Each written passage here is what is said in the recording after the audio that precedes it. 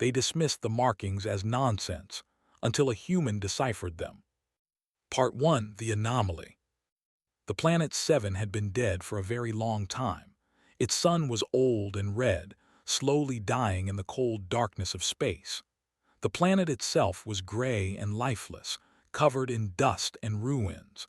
But those ruins were special. They were the reason why the Galactic Archaeological Council had spent 300 years studying this forgotten world. The ruins covered most of the planet's surface. Massive spiral structures rose from the gray ground like frozen whirlpools made of stone. Their walls were covered in markings, millions and millions of strange symbols carved deep into every surface. They twisted and curved in patterns that seemed to go on forever. Some were as small as a fingernail, others were as tall as buildings. Every intelligent species in the Galactic Collective had sent their best minds to study these markings. The Collective was an alliance of hundreds of alien civilizations, some of them millions of years old. They had technology that could scan the inside of stars. They had computers that could think faster than light. Surely, they thought, they could understand some simple carvings on a dead planet. They were the first to try. They were tall, thin beings with silver skin and minds that worked like quantum computers.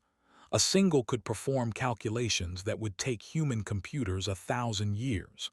Their greatest scholar, Dr. Eth, had devoted her entire life to the Seven Mystery and lived for 400 years. She ran the symbols through every mathematical system known to the galaxy. She searched for prime numbers, for geometric patterns, for any sign of logical structure. She found nothing. The markings seemed completely random. Next came they were bird-like creatures with dozens of eyes that could see patterns invisible to other species. Their brains were built for pattern recognition. They could spot a single different leaf in a forest of billions. They stared at the markings for decades, their many eyes searching for hidden pictures, secret codes, anything that made sense. They found nothing. The crystalline Shen tried after that. They were living crystals who could perceive reality in 11 dimensions. They could see things that existed outside normal space and time. They scanned the ruins with senses that most species could not even imagine. They also found nothing. Species after species came and failed. The insect-like, whose hive minds contained the memories of billions of individuals. The gas being who thought in colors instead of words. The ancient, who had been traveling the stars when Earth's sun was still young. All of them studied the markings. All of them failed to understand. After 300 years, Dr. Eth called a meeting of the Galactic Archaeological Council. The great hall on station was filled with beings of every shape and size. Some floated in the air. Some sat in pools of strange liquids. Some existed only as holographic projections from distant stars.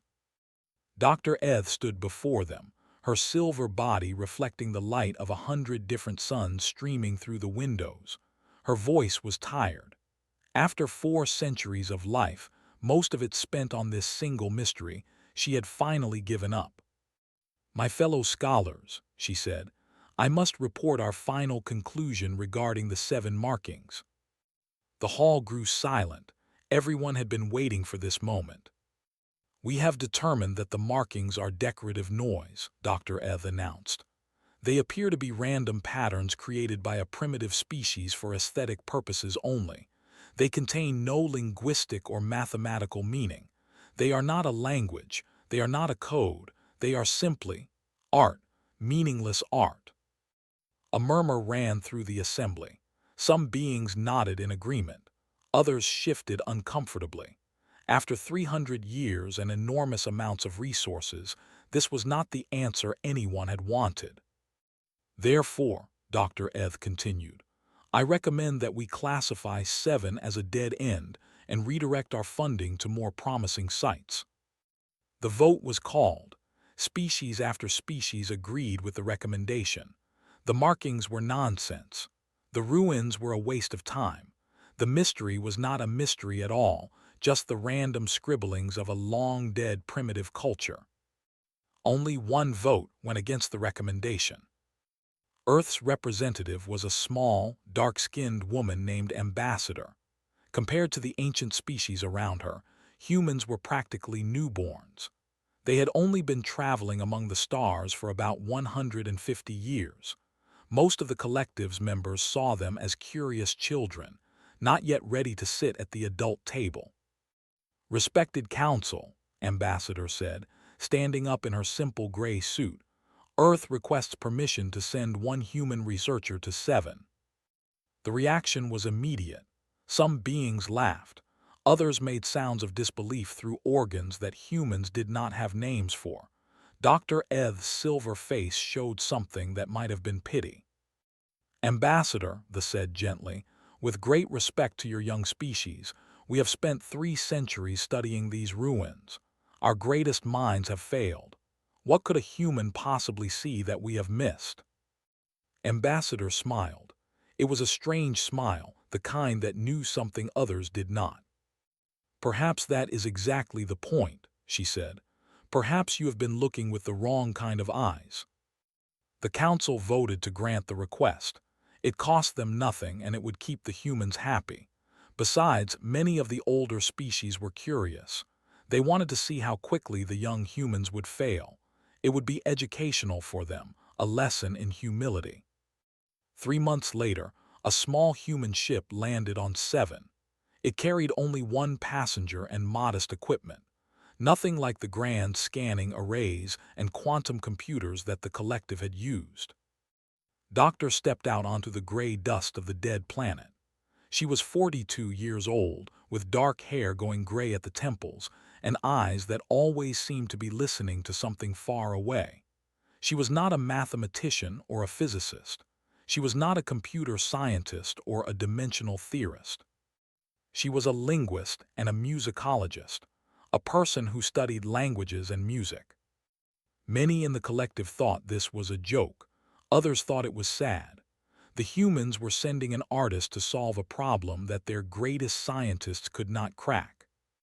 They had no idea what they were about to witness. They dismissed the markings as nonsense until a human deciphered them. Part 2. The Translator. Doctor stood in the center of the largest spiral structure on 7. The walls rose around her like frozen waves, covered in those strange markings that had defeated the galaxy's greatest minds. Gray light filtered down from the dying sun above. The air was cold and thin, and she wore a simple breathing mask to help her lungs.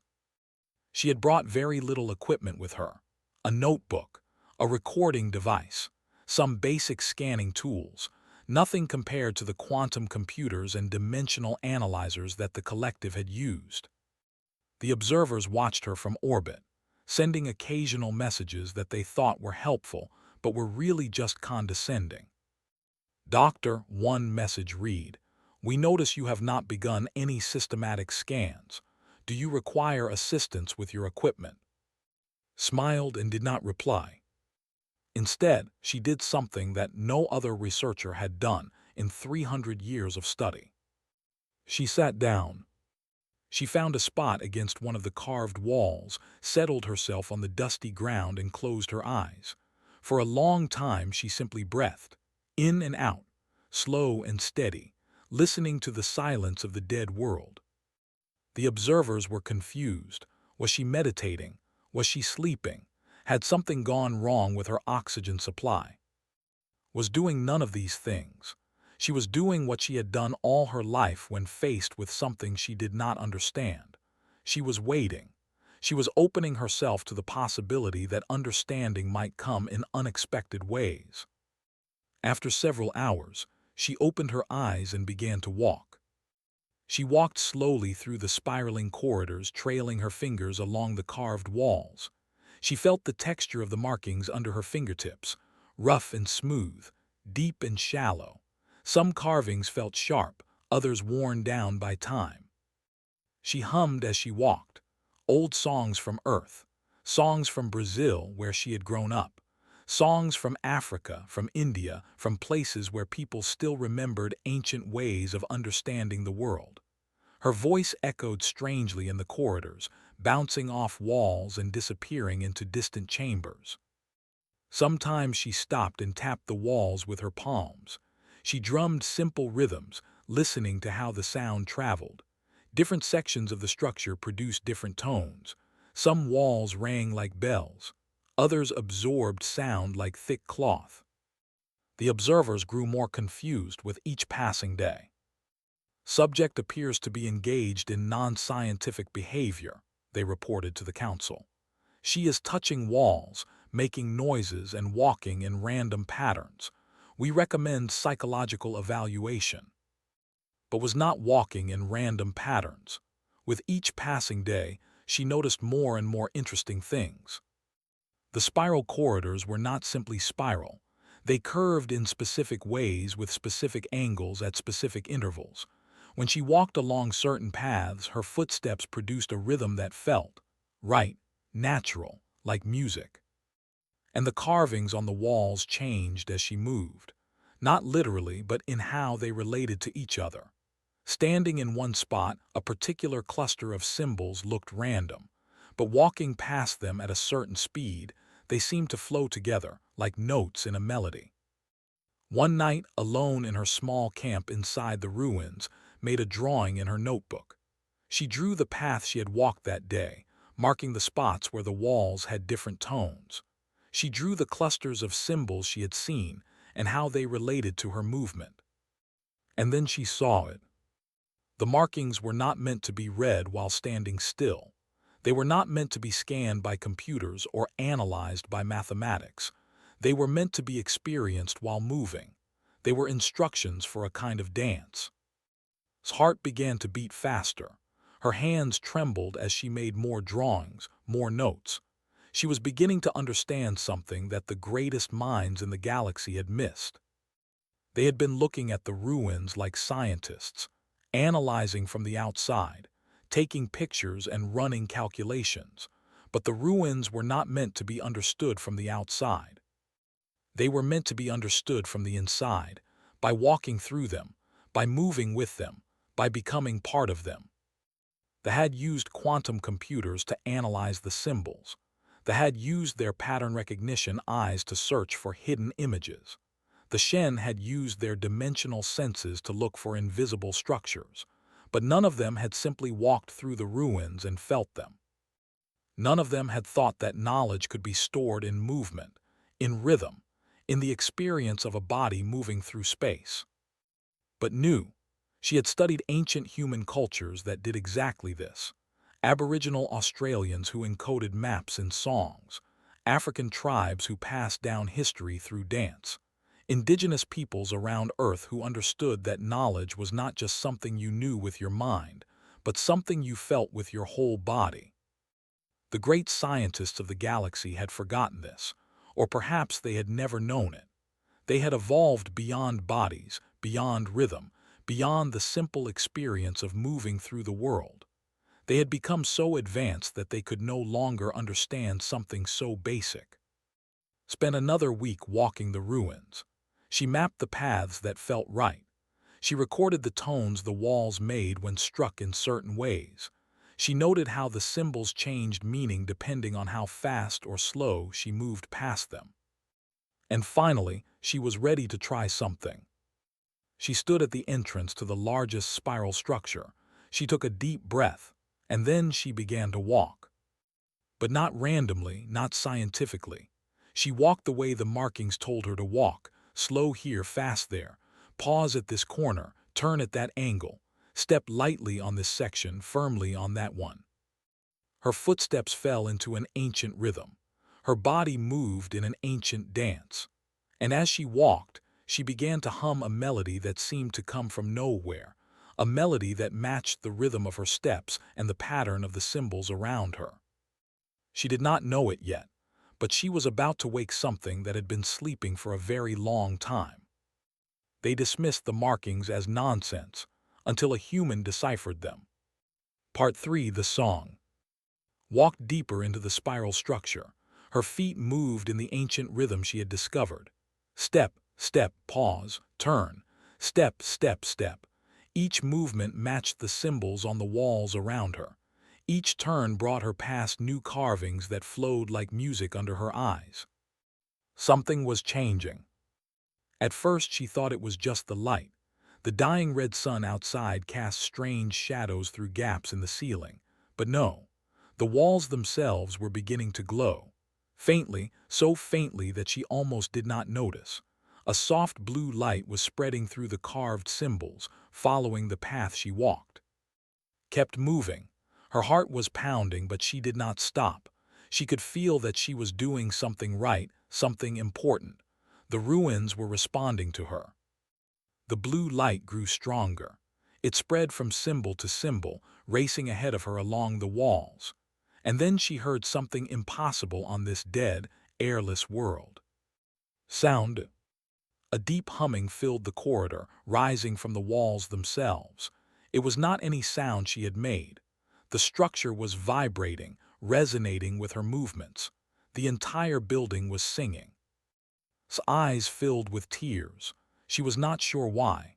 Perhaps because she understood now what the architects had created. They had not built a monument. They had built an instrument, and she was the first person in millions of years to play it. She continued walking, following the pattern. The blue light surrounded her now, making the symbols glow like stars. The humming grew louder and more complex, with layers of tones weaving together into something beautiful and strange. And then the air in front of her began to shimmer. Stopped. She had reached the center of the spiral, a circular chamber with walls covered in the most complex carvings she had seen anywhere on the planet. The shimmering in the air grew brighter, took shape, became solid. A figure stood before her. It was a hologram, realized. Some kind of projection technology far beyond anything humanity had invented. But the image was clear and detailed. It showed a being unlike any in the galactic collective. The being was tall, perhaps 3 meters high. It had 4 arms and 2 legs, with a body that seemed to flow like liquid between its joints. Its head was shaped like an elongated teardrop, and where its face should be, there were dozens of small eyes arranged like a shattered mirror. Each eye reflected light differently, creating a constant play of colors across its surface. This was one of the architects, the beings who had built these ruins millions of years ago. The hologram moved. It raised one of its 4 arms and made a gesture that somehow felt like a greeting, and then it spoke. The words were not in any language new. They were not really words at all. They were sounds, tones, rhythms that matched the humming of the walls around her. But somehow, walking the path she had walked, feeling the rhythm she had felt, she understood them. "Welcome, finder of our song," the architect said. "We knew you would come." Found her voice, "You knew." We knew that someone would come who still remembered how to listen with their body, who still knew that knowledge is not only for the mind, who could feel their way to understanding. More holograms appeared around the chamber. They showed scenes from the architect's world as it had been long ago. Green forests under a young yellow sun, cities that grew like living things, beings moving together in complex dances that were somehow also conversations, also art, also science. Our sun was dying, the first architect continued. We knew we could not save ourselves, so we chose to save our knowledge, but we knew a danger. We knew that if we stored our knowledge in simple ways in computers and data banks, it would be found by the wrong ones. The wrong ones asked. The holograms changed. They showed something that made blood run cold. Space, empty space between galaxies, and in that emptiness something moving. It was hard to describe. It was like a shadow that was also a pattern that was also a hunger. It had no shape, but it was everywhere. It had no eyes, but it was always watching. "We call it the silence," the architect said. "It hunts.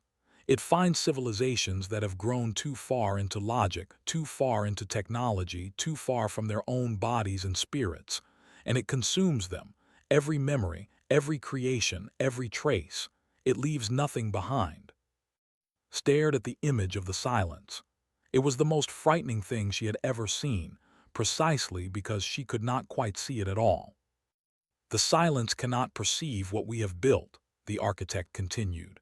Because what we have built requires a body to understand. It requires movement, rhythm, feeling. The silence has grown beyond such things. To it, our knowledge looks like noise, like nonsense, like the random patterns your collective declared them to be. Understood now. The architects had hidden their greatest secrets in plain sight. They had encoded them in a way that only a certain kind of mind could unlock. Not the most intelligent mind, not the most advanced mind, but a mind that still remembered its connection to a body. "Why did you choose this method?" she asked. "There must have been other ways." The architect made a gesture that might have been sadness. "We tried other ways. We sent ships with computers full of data. We broadcast signals full of mathematical knowledge. The silence found them all. It consumed them all. Only this method worked. Only knowledge encoded in movement, in song, in the living experience of a body in space could escape its hunger." The holograms shifted again. They showed the architects in their final days, carving the symbols onto the walls of their monuments, working with desperate hope, knowing they would die but believing that someday someone would come who could hear their song. "And now you are here," the architect said. "You have found us, and we give you everything we were." The walls around exploded with light. Images and sounds poured into her mind, not as data but as experiences. She felt what it was like to fold space and step across light years. She understood how to harvest energy from the empty foam of reality itself. She knew how to heal any body, extend any life, grow any world. The architects had possessed technology beyond anything the collective had ever imagined. And now that technology was hers. But more importantly, she understood the warning. The silence was real. It was coming. And the only way to survive was to remember what the galaxy's advanced species had forgotten. How to be simple, how to be embodied, how to dance. They dismissed the markings as nonsense until a human deciphered them. Part 4, The Revelation. The message from Seven reached the Galactic Council like a thunderbolt. Doctor had not just decoded the markings. She had unlocked an archive of technology so vast and so advanced that it made the collective's greatest achievements look like children's toys.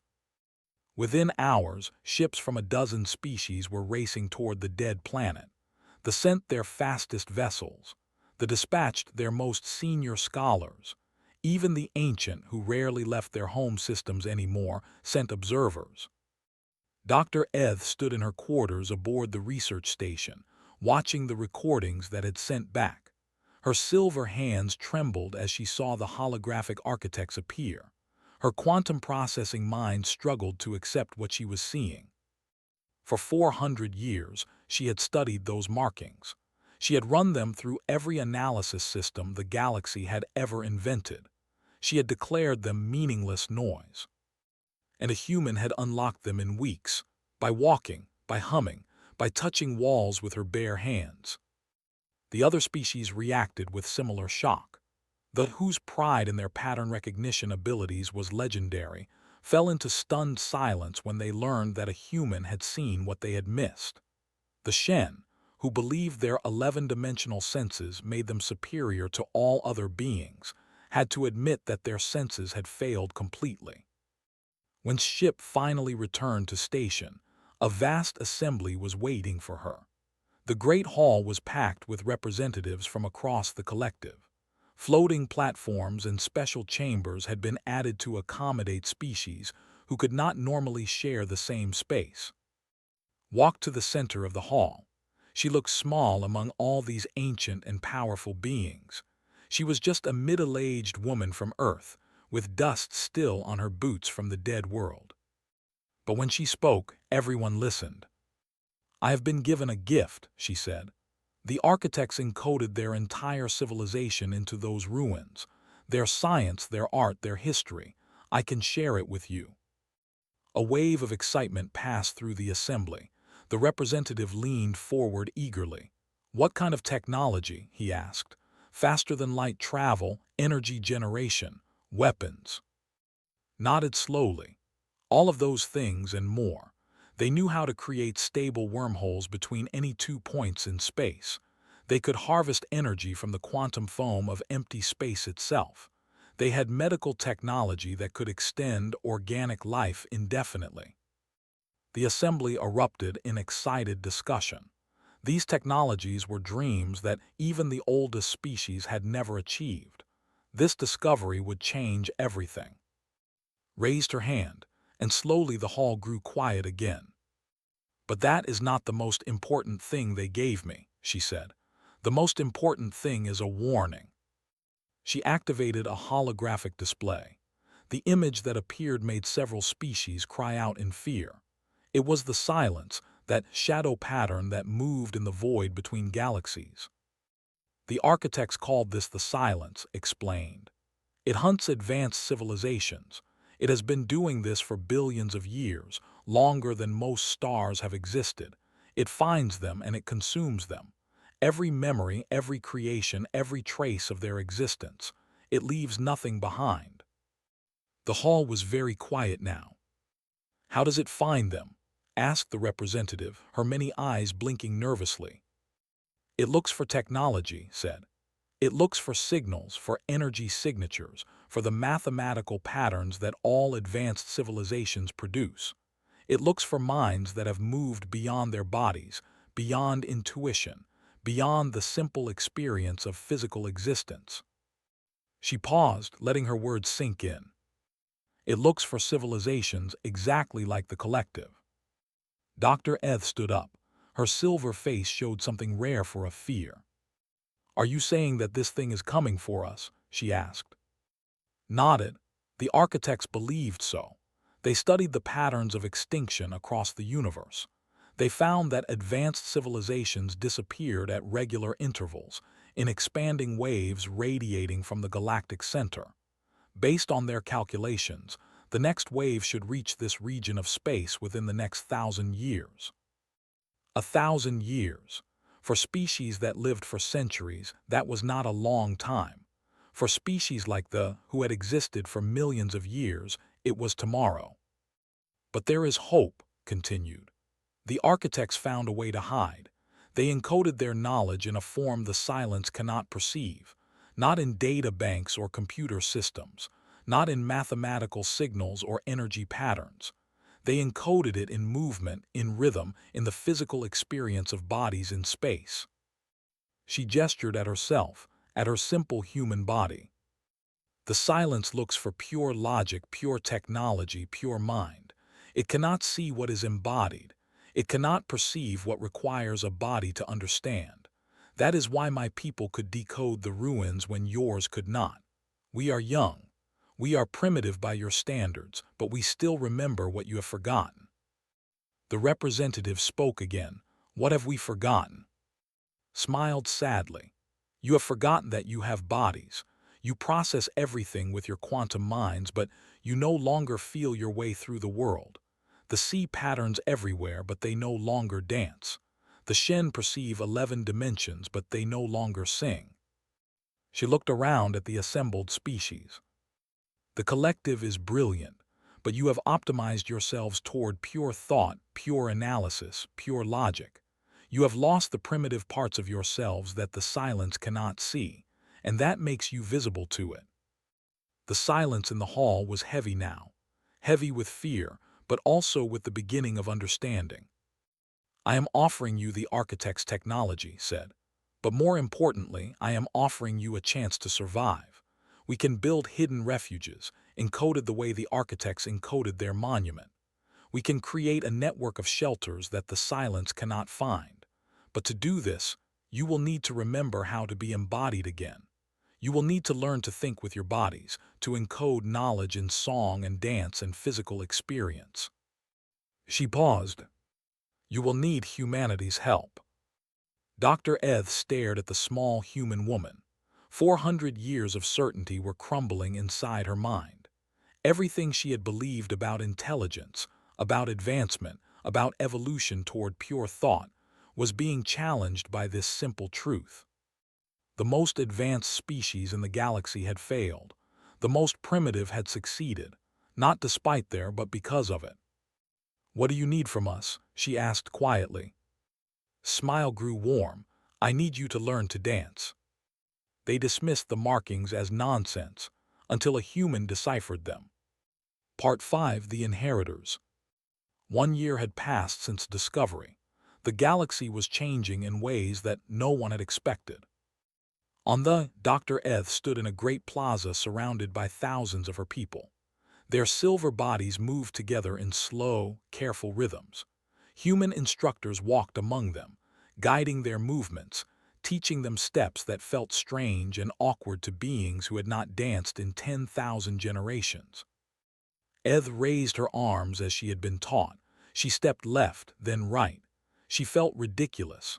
The quantum processors in her mind kept trying to analyze the movements, to reduce them to equations and patterns. But that was not the point.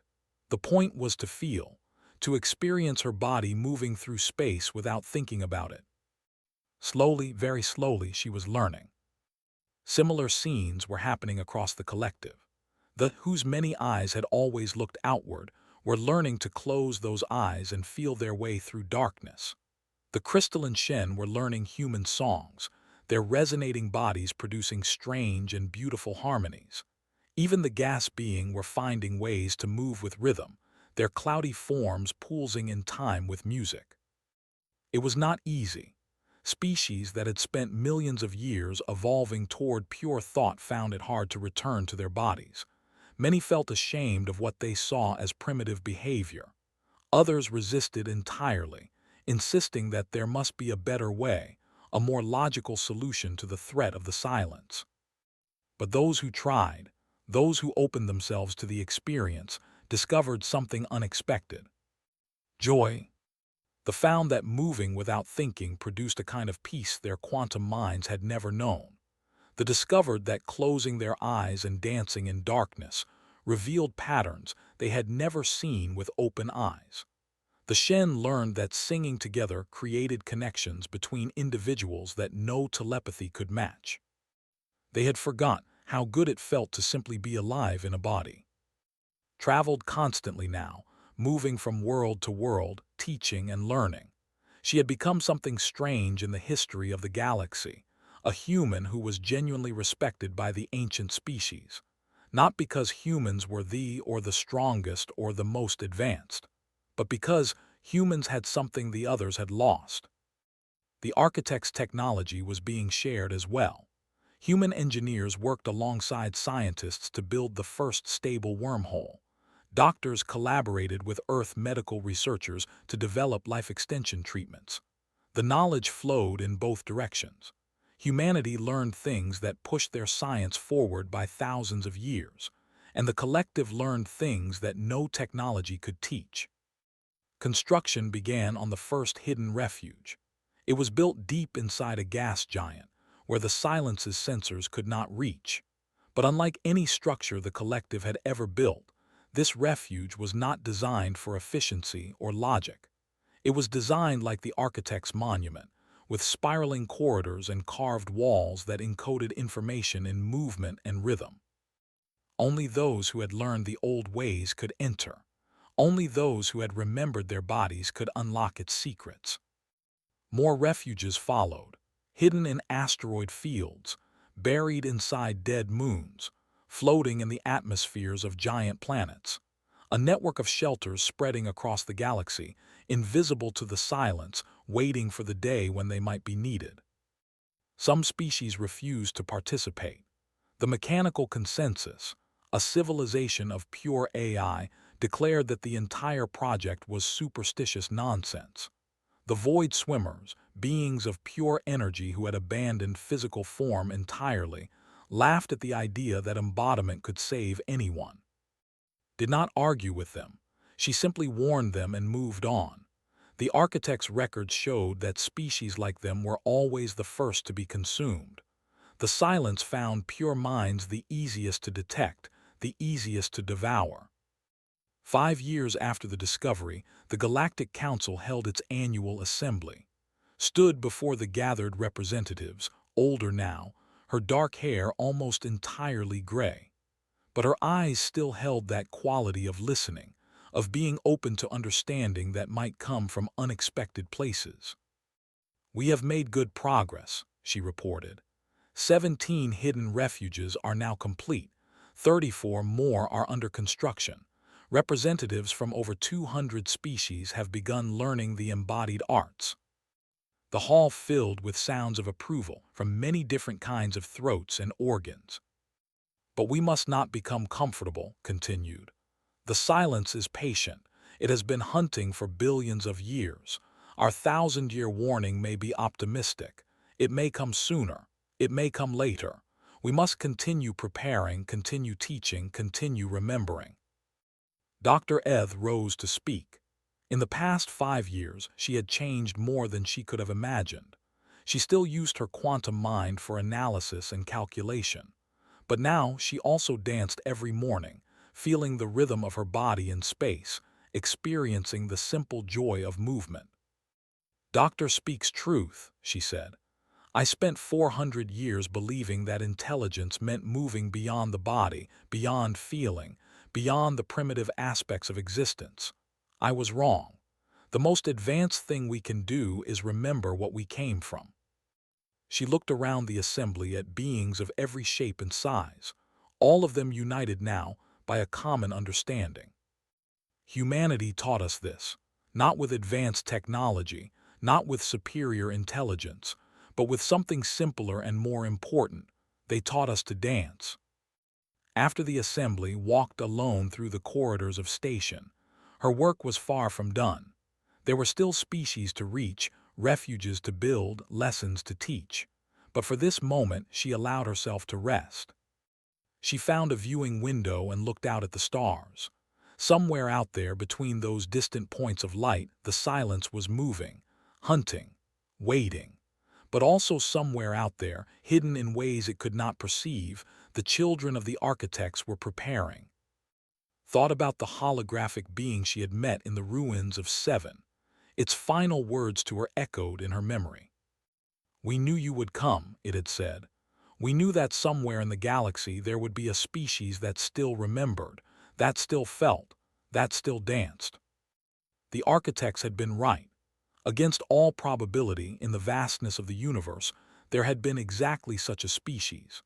Young, primitive, irrational by the standards of the great civilizations, but carrying within them something precious, something that the galaxy's advancement had almost erased entirely. The markings on 7 had never been nonsense. They had been a love letter, written across millions of years of time, addressed to whoever was still human enough to read it. And linguist and musicologist from had read it at last. She closed her eyes. In the silence of the space station, she began to hum. It was the same melody she had discovered in the ruins, the song encoded in stone and movement and ancient hope. Somewhere in the walls around her, almost too faint to perceive, she thought she heard the structure hum back. The song continued, and for the first time in billions of years, the galaxy was learning to sing.